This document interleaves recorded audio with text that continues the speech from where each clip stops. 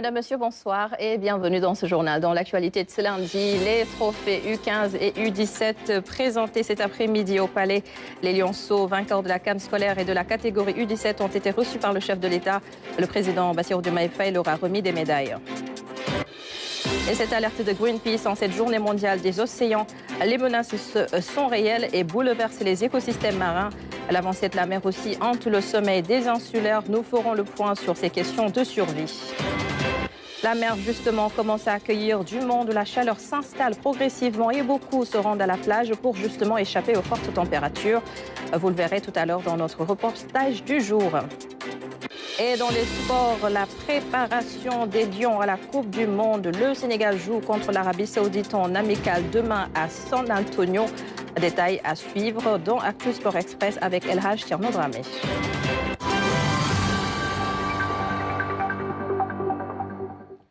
Les U17 ont remporté la Coupe d'Afrique des Nations, les U15, eux, la CAN scolaire. Les deux sélections ont donc été reçues tout à l'heure au Palais. Le président Bassirou Diomaye Faye leur a exprimé toute sa fierté. Regardez. Le Palais de la République a reçu au fil des années des chefs d'État, des savants, des capitaines d'industrie. Rarement ces salons auront accueilli des hôtes si jeunes pour des mérites si grands.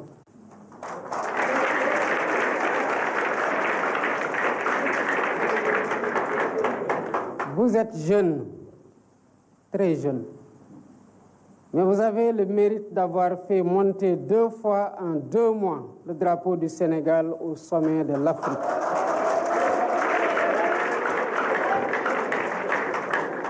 Soyez les bienvenus chez vous. Cette maison est la vôtre parce qu'elle est celle de la nation que vous avez fait vibrer ces dernières semaines au rythme de vos exploits. En avril à Harare, vous, chers minimes engagés dans une double formation scolaire et footballistique, avez parcouru le championnat africain scolaire de la CAF sans connaître la moindre défaite. Vous avez offert au Sénégal le premier titre de son histoire dans cette compétition.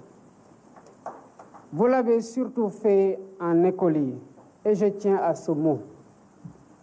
Votre trophée dit qu'au Sénégal, le chemin de l'excellence sportive passe par la salle de classe. Votre trophée dit que la République sait former des esprits autant que des talents sportifs.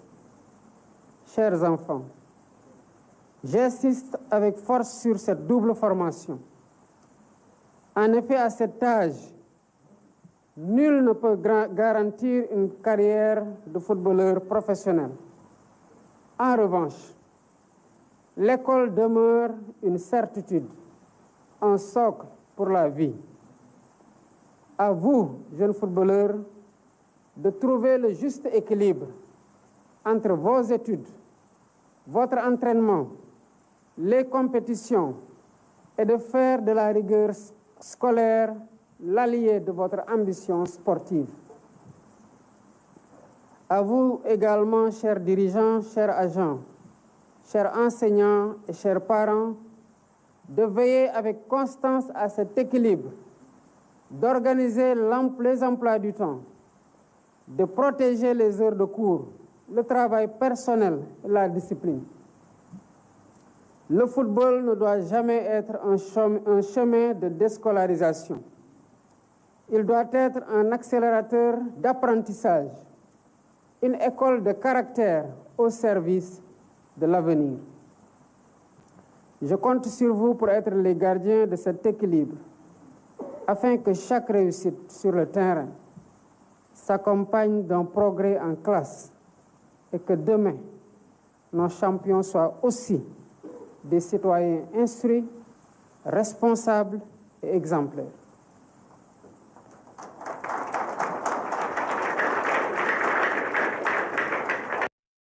Et de son côté également, la ministre des Sports dirait Clotilde Coly s'engage à mettre tous les moyens pour que l'équipe nationale U17 soit justement dans les meilleures conditions de performance de compétition. Je vous propose de suivre ces quelques réactions recueillies tout à l'heure par nos équipes.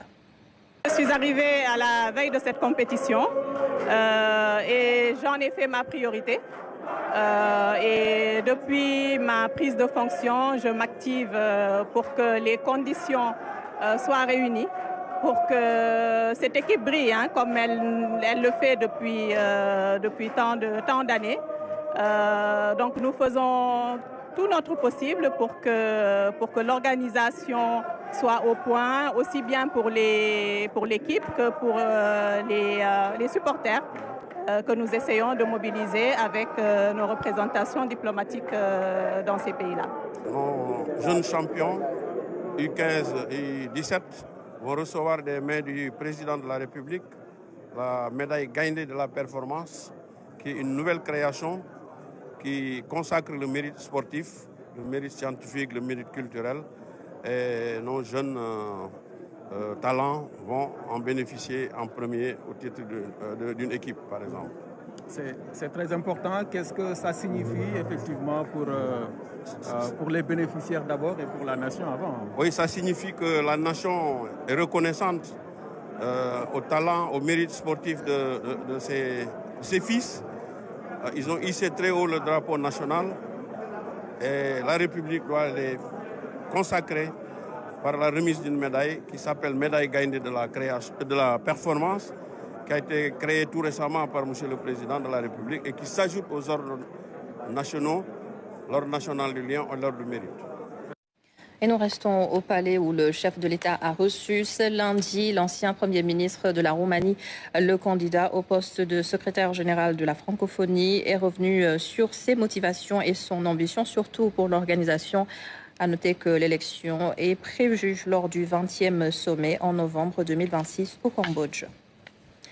Et là, on s'arrête maintenant sur ces études menées dans le cadre du projet pilote sur le riz fortifié. Les travaux ont été restitués aujourd'hui. Une nouvelle feuille de route a également été définie en vue de renforcer la lutte contre les carences en micronutriments. Ramatoulaye Ndiaye nous fait le compte-rendu. La consommation du riz enrichi constitue un levier important pour améliorer la nutrition et renforcer le capital humain. C'est dans cette optique que le COSFAM œuvre à la promotion de solutions innovantes et durables pour la fortification du riz. L'autre objectif également, c'est de décliner une feuille de route pour consolider des acquis et de prendre en charge des défis qui nous attendent par rapport à la fortification du riz. Mais également des travaux pour décliner ensemble, dans une approche inclusive, décliner cette feuille de route. Mais à ce stade, je pense qu'on aura les résultats à partir de demain. Plus de 2 milliards de personnes dans le monde souffrent de carences en micronutriments. Au Sénégal, les études du COSFAM réalisées en 2022 révèlent que 42% des femmes enceintes présentent une carence en fer, tandis qu'une femme sur deux souffre d'un déficit en vitamine B9. À ce titre, nous accompagnons les politiques nationales de lutte contre les carences nutritionnelles et en micronutriments à travers des financements, mais aussi des projets. L'année dernière à Matam, plus de 101 écoles ont bénéficié de ce programme de riz enrichi, 34 000 enfants dans des écoles primaires, et nous comptons étendre ce programme de fortification du riz aux régions de Kédougou, mais aussi de Ziguinchor. Donc grâce à l'ensemble de ces programmes, nous accompagnons les politiques publiques, et j'insiste sur le fait qu'il s'agit de politiques publiques à l'échelle de tout le Sénégal. Pour faire face à cette situation, l'État du Sénégal et ses partenaires renforcent les actions de fortification des aliments à travers l'encadrement des acteurs, le contrôle de qualité et la sensibilisation des populations. Nous nous assurons que ces produits peuvent être mis à la consommation et destinés aux populations sénégalaises. Ensuite, nous faisons un contrôle a posteriori, donc au niveau des circuits de distribution, mais également au niveau des lieux de production, pour nous assurer que les produits qui ont été autorisés à être mis à la vente donc, sont des produits aussi sains. Les travaux ont permis de réviser, d'actualiser et de valider de manière consensuelle la feuille de route nationale sur la fortification du riz. La 14e réunion annuelle du partenariat mondial pour un élevage durable a été officiellement lancée à Dakar, placée sous le thème du dialogue mondial à l'action locale pour un élevage résilient et durable. Cette rencontre internationale a été l'occasion de présenter la déclaration de Dakar, fruit d'un consensus entre les participants d'Amsila. Cette rencontre multipartite a pour objectif d'optimiser la contribution de l'élevage au développement durable, de favoriser l'inclusion sociale et de renforcer la résilience climatique du secteur. Dans le pastoralisme, l'élevage, ça bouge. Mais pour que ça soit efficace, il faut une coopération entre les pays, entre les régions, entre les systèmes de production. Et ça, il nous faut un travail ensemble. Il nous faut travailler ensemble, des experts que vous avez ici, mais on peut aussi apprendre des experts dans d'autres pays. Axé sur le thème du dialogue mondial à l'action locale pour un élevage résilient et durable, les participants de cette 14e réunion veulent relever ensemble les nombreux défis du secteur. C'est comment booster le pastoralisme et être sûr que les éleveurs ont accès aux terres, ont accès aux pistes qui leur permettent de faire la transhumance, mais aussi tenir compte des zones frontalières pour être sûr que l'élevage pastoral et traditionnel puisse être mené à bien en faisant face aux défis de l'urbanisation.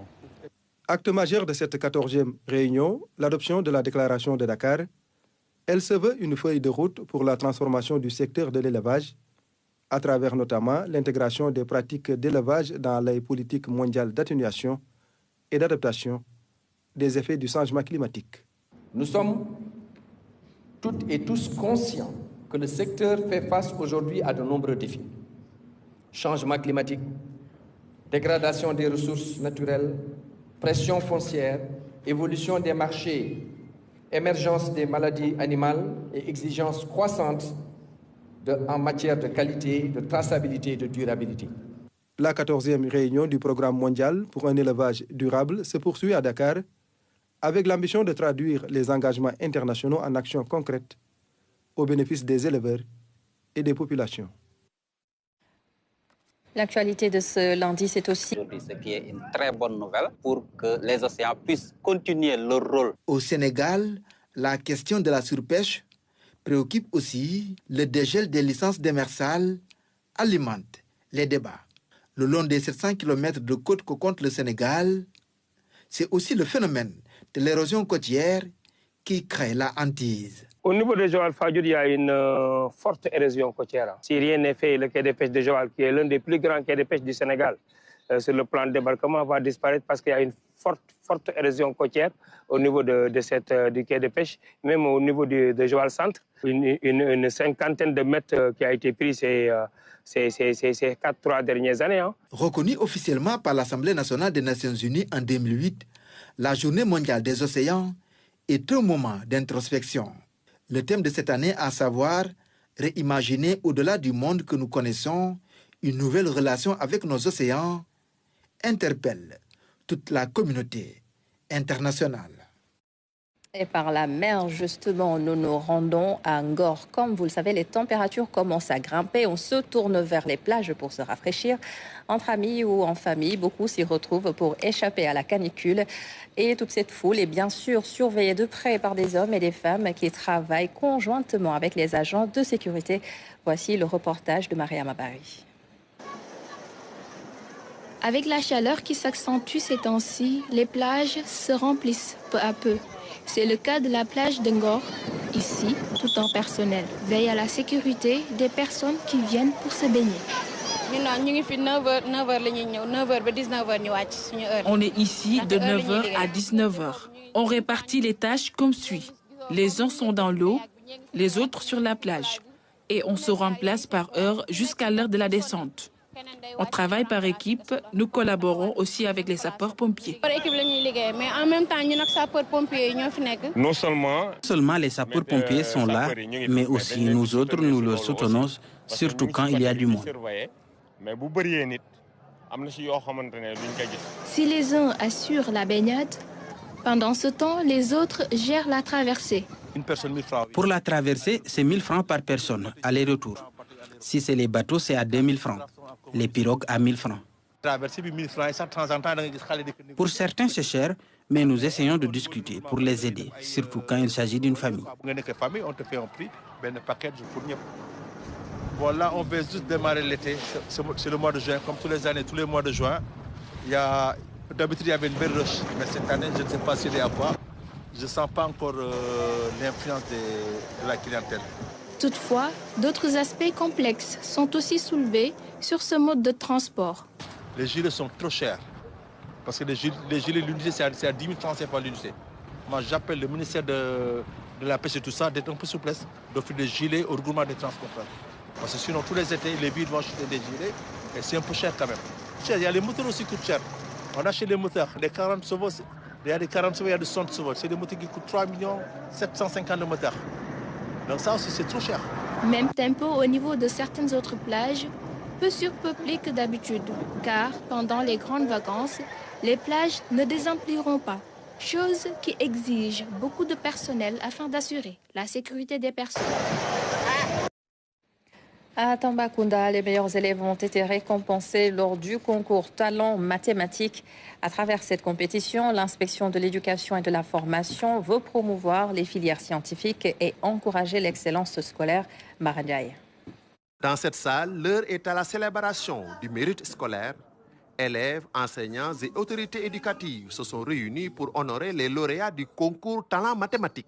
L'initiative est de l'inspection de l'éducation et de la formation de Tambacounda. Elle vise à renforcer l'intérêt des jeunes pour les sciences. Le concours a été initié avec comme principal objectif développer chez nos élèves le goût de l'effort intellectuel, l'amour des sciences et la culture de l'excellence. Nous avons voulu offrir à nos élèves l'opportunité de révéler leurs aptitudes et de mesurer leurs compétences dans un esprit sain d'émulation. Durant plusieurs semaines, les candidats issus des écoles élémentaires et des collèges ont été soumis à différentes épreuves en mathématiques. Au total, 36 lauréats sont sortis du lot. Au niveau élémentaire, il fallait avoir au minimum 8 sur 10. Et au niveau collège, au minimum 14 sur 20 en mathématiques. Au total, nous avons eu 36 lauréats, dont 18 au niveau élémentaire et 18 au niveau collège. Et 18 filles, 18 garçons également. Pour les lauréats, cette distinction récompense des mois d'efforts et de persévérance. Devant le préfet venu présider la cérémonie, c'est une source de motivation supplémentaire pour poursuivre leur parcours scolaire avec ambition. Je suis très fière de moi et des autres lauréats. J'aime découvrir à chaque fois de plus en plus de choses, ce qui fait que j'aime beaucoup les sciences. Et pour pouvoir faire médecine, plus précisément la cardiologie, il va falloir faire les mathématiques. Cette distinction est une récompense méritée, mais elle constitue surtout une responsabilité. Gardez cette curiosité intellectuelle. Continuez à questionner, à découvrir et à vous dépasser. À travers ce concours, l'inspection de l'éducation et de la formation de Tambacounda entend faire des mathématiques un levier de réussite et d'excellence, une manière de préparer dès aujourd'hui les talents qui porteront demain les ambitions scientifiques et technologiques du pays. Et c'est le lycée de Boyard de Diofior qui remporte le championnat régional du pétrogénie, un concours dédié aux hydrocarbures. L'objectif, c'est pousser d'ailleurs les élèves à se familiariser avec les enjeux du secteur pétrolier et gazier. Salut Sec. Devant un public composé d'élèves, le lycée de Boyard de l'IF de Diofior remporte le championnat régional de génie en herbe dénommé pétrogénie. Une initiative de Petrosen en partenariat avec l'inspection d'académie de Fatick. Pétrogénie vise à familiariser les élèves avec les enjeux du secteur pétrolier et gazier. C'est une invitation adressée à notre jeunesse à regarder au-delà de l'horizon immédiat pour se projeter dans le Sénégal de demain. Cette initiative permet aux apprenants de se familiariser très tôt avec les enjeux énergétiques, environnementaux, économiques et technologiques qui façonneront leur avenir. Cette compétition a vu la participation des 53 lycées de l'IA de Fatick. Après plusieurs phases éliminatoires, les meilleures équipes se sont retrouvées pour les phases finales. Durant la compétition, les élèves ont montré leur maîtrise des concepts et autres définitions qui ont trait au secteur gazier et pétrolier. Le savoir rencontre le réel. Ici, les sciences dialoguent avec les enjeux énergétiques et stratégiques. Et je souhaite que cette rencontre soit l'instant où des vocations naissent Des moments qui nous vaudront que demain, parmi vous, que l'on ait de grands ingénieurs. C'est la preuve que l'avenir du Sénégal se prépare dès maintenant, dans nos salles de classe, dans nos quartiers, dans nos champs, dans nos activités quotidiennes, mais aussi dans ce type d'initiative innovante. Permettez-moi de formuler un souhait que Petrogénie que nous avons expérimenté à Fatick et à Saint-Louis continue de grandir, d'inspirer les autres inspections d'académie du pays et de révéler des talents à travers le territoire jusqu'à devenir une référence autour d'un championnat national. Les équipes finalistes et demi-finalistes ont reçu des récompenses. Il s'agit du matériel pédagogique et des enveloppes financières pour saluer leur performance.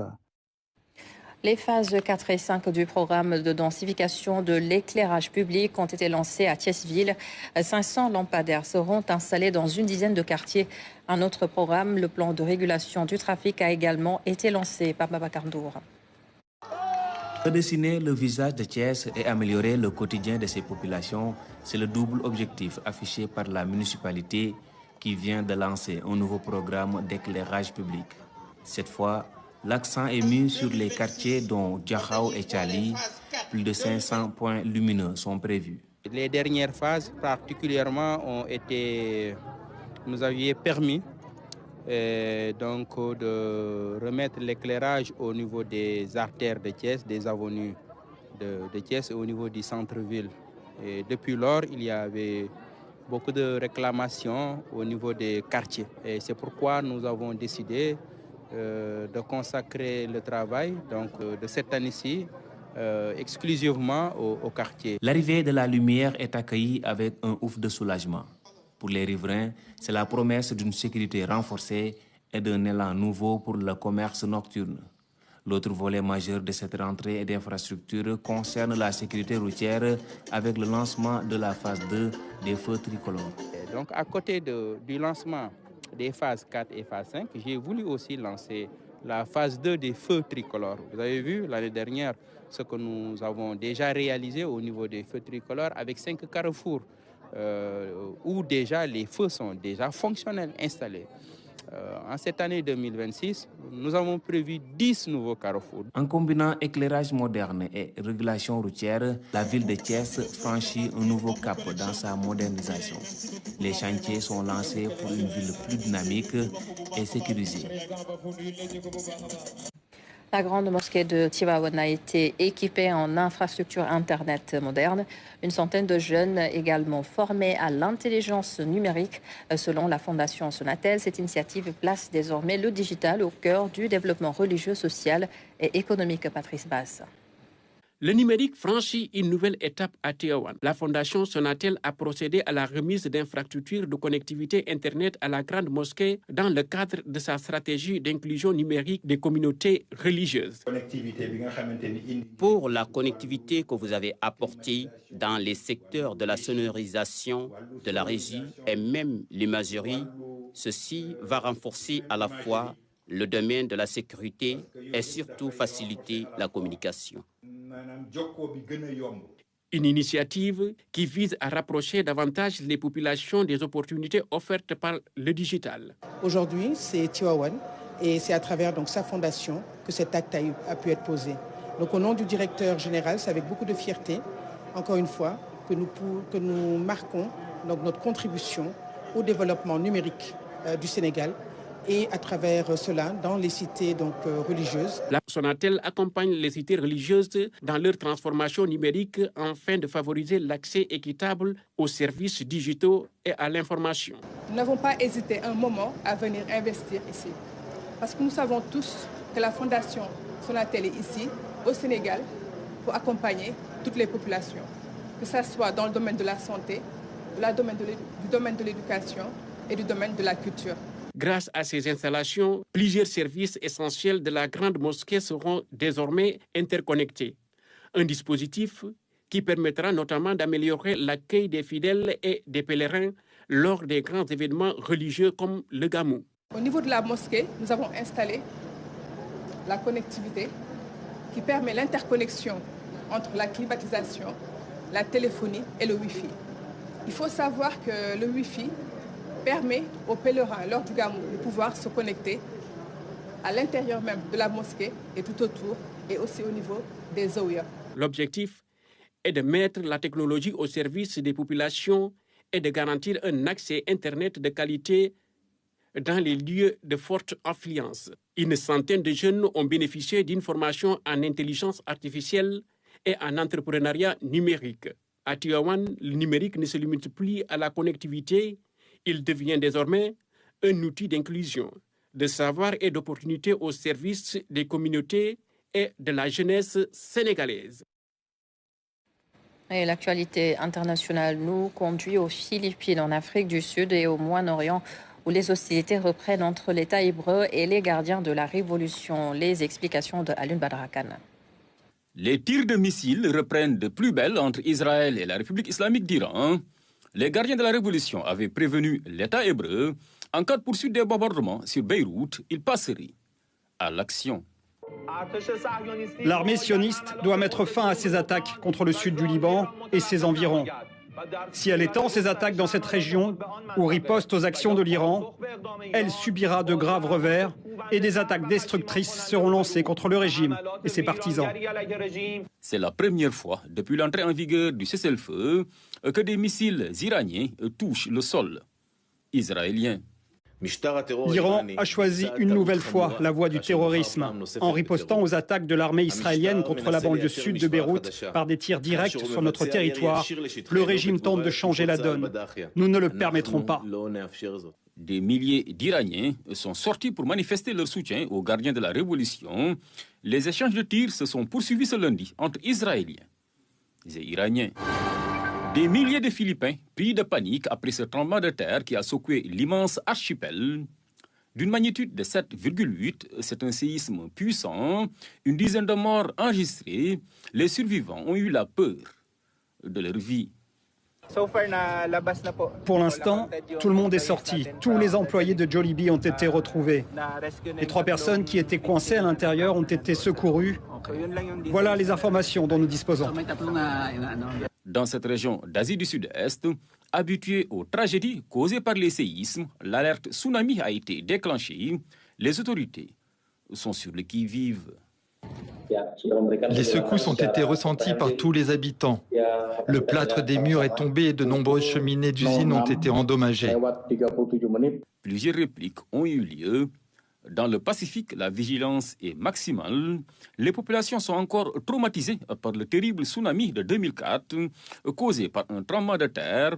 Plus de 220 000 personnes avaient péri. En Afrique du Sud, Cyril Ramaphosa s'adresse à son peuple dans un contexte extrêmement tendu, marqué par les violences xénophobes. Il appelle à la retenue. Aucune autre personne n'est autorisée, par exemple, à interpeller quelqu'un dans les rues de notre pays pour exiger une preuve d'identité. Nous savons que les Sud-Africains ne sont pas xénophobes, car il n'y a pas de place pour la xénophobie, le racisme, le sexisme, l'afrophobie ou toute autre forme d'intolérance en Afrique du Sud. Tout en dénonçant la radicalité des mouvements anti-migrants, Ramaphosa dévoile la nouvelle stratégie du gouvernement sud-africain contre l'immigration clandestine. Face aux menaces, les étrangers continuent de quitter le pays. J'ai des papiers, mais ils disent qu'on doit rentrer chez nous, qu'ils veulent arranger leur pays. Tout le monde est soulagé, car nous traversions une situation difficile ici. Terrorisés, d'autres attendent aussi l'organisation de convois de rapatriement pour rentrer chez eux. L'Afrique du Sud n'est plus un havre de paix pour ces migrants africains. L'Association des encadreurs de collectivités éducatives du Sénégal fête 50 ans d'activité. Plusieurs programmes ont été élaborés dans le cadre de la formation des jeunes.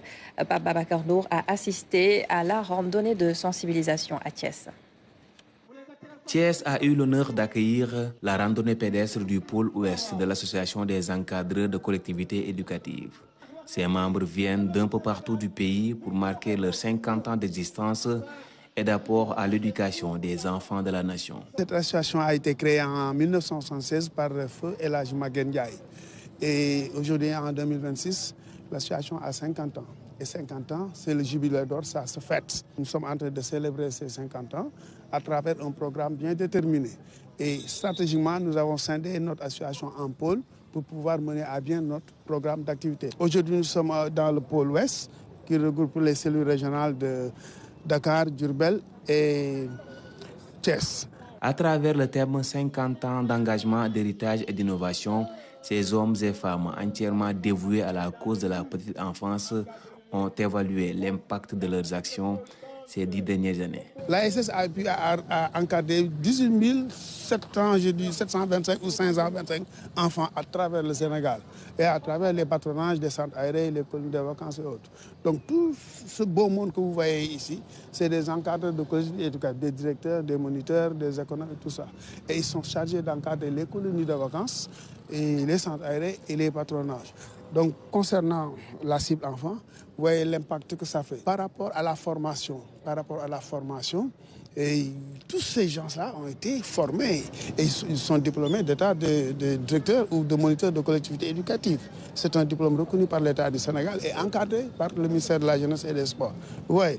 Donc on est en train aussi de les capaciter pour pouvoir être en mesure de mieux gérer, de mieux encadrer nos enfants, de mieux encadrer les jeunes de ce pays. Plusieurs activités sont au programme des festivités en dehors de cette randonnée. Ce sera l'occasion pour l'association de rendre hommage aux personnalités qui ont montré la voie. Inviter toute la jeunesse sénégalaise, les jeunes moniteurs, à vraiment s'imprégner des réalisations des pères fondateurs.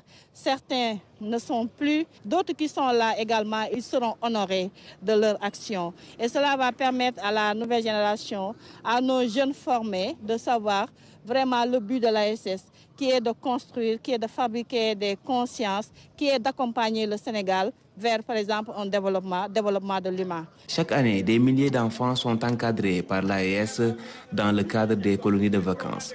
La célébration des 50 ans est l'occasion de mesurer la contribution de l'association à l'éducation des enfants dans un pays qui compte grandement sur ses ressources humaines. Nous ouvrons tout de suite la page des sports. Actu Sport Express, c'est juste après ceci.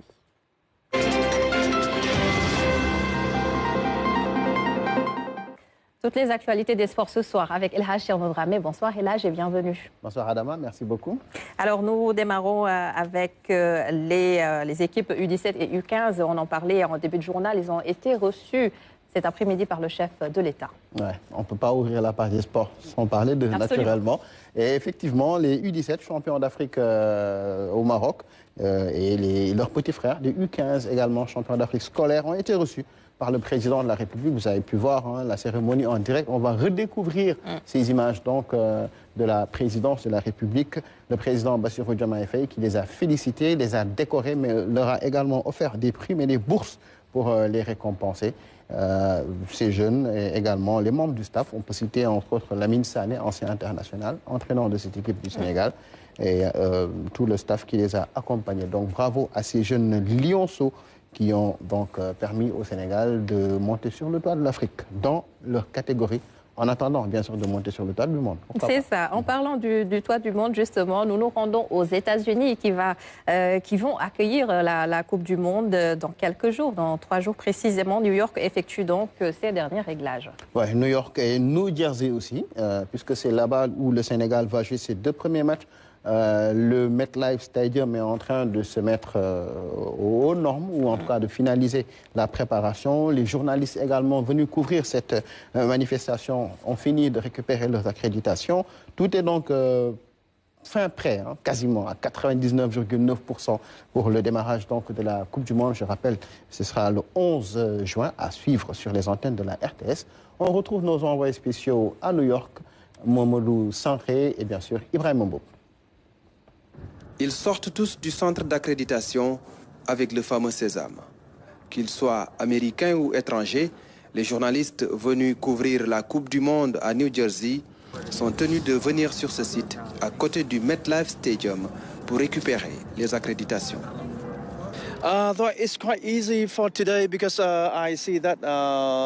C'est relativement facile. J'ai remarqué qu'il n'y a pas beaucoup de monde, tout juste des correspondants et des envoyés spéciaux. Avec l'aide des volontaires, c'est allé très vite. C'est très bénéfique d'avoir les accréditations à temps.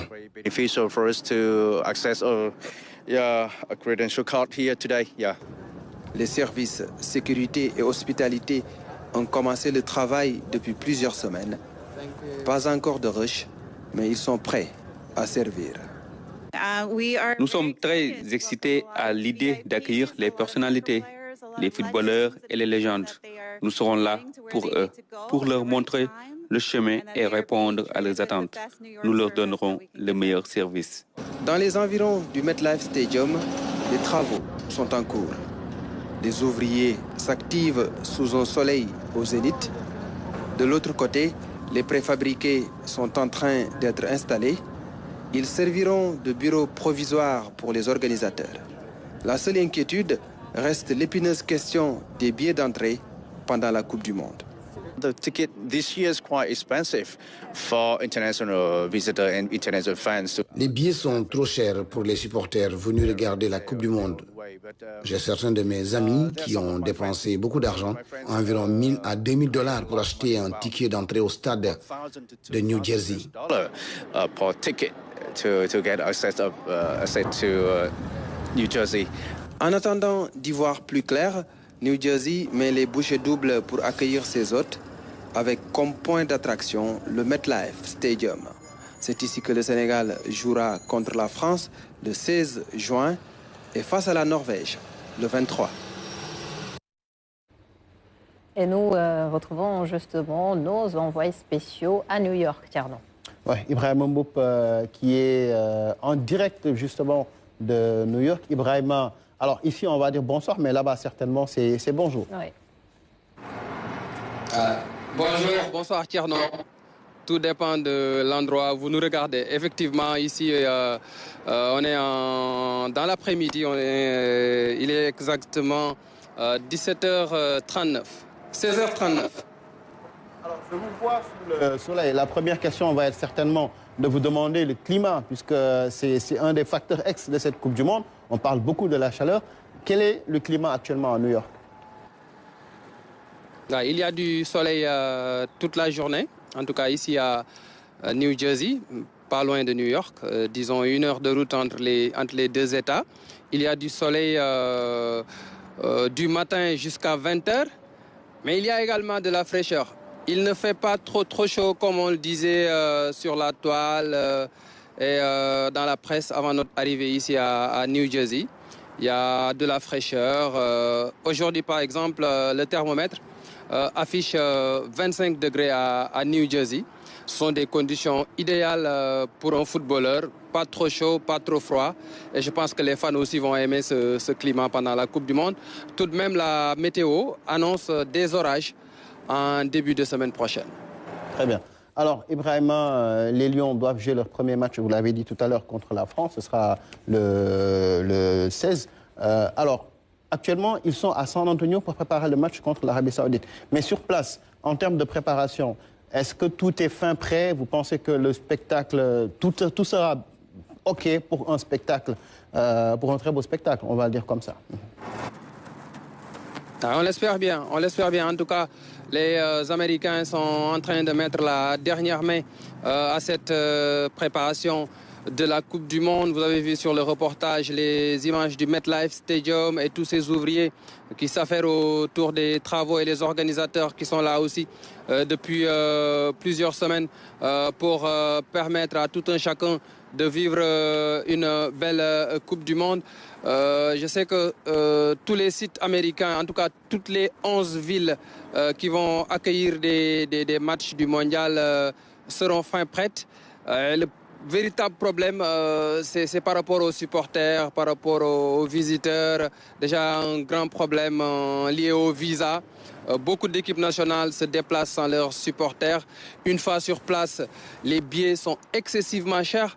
L'un des confrères qui est intervenu dans le sujet qu'on vous a proposé tout à l'heure, le correspondant de la télévision nationale vietnamienne, parle de 1 000 à 2 000 euros pour un ticket d'entrée pour des amis vietnamiens. Tout à l'heure, j'ai discuté avec un chauffeur équatorien. Vous savez, il y aura un match de l'Équateur au MetLife Stadium, Équateur-Allemagne.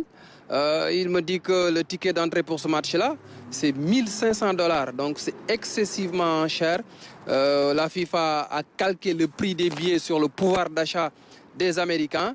Et le pouvoir d'achat des Américains est de loin différent du pouvoir d'achat de ces supporters qui sont venus du reste du monde.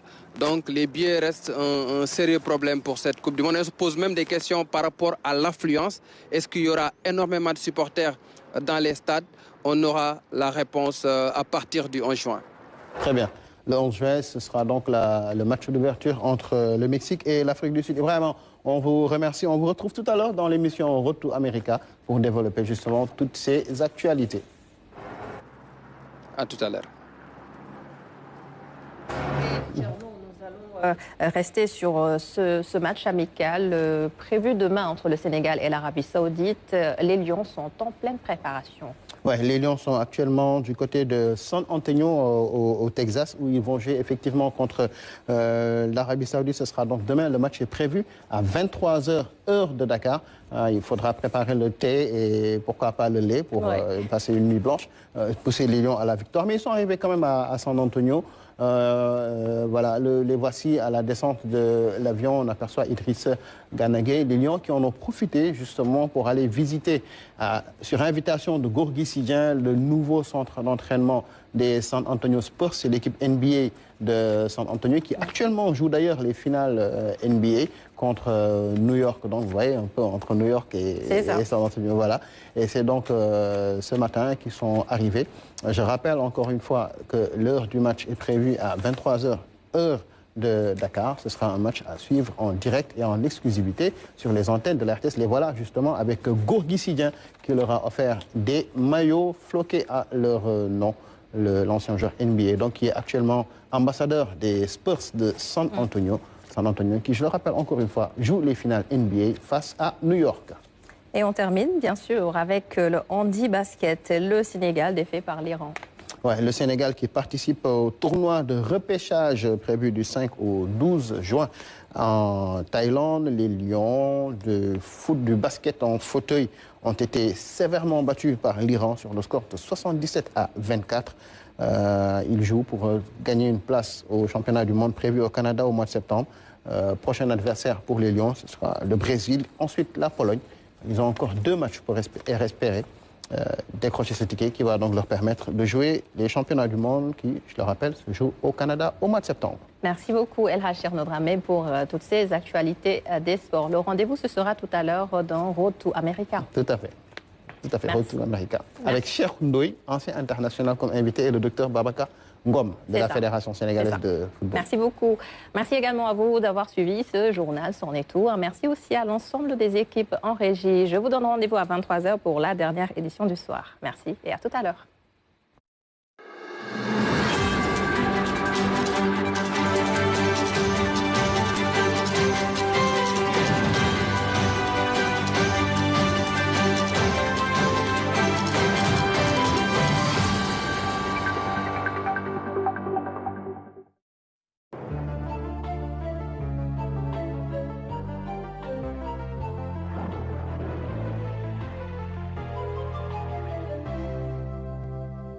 Mesdames, Messieurs, bonsoir. Ravi de vous retrouver pour l'actualité météorologique avec en temps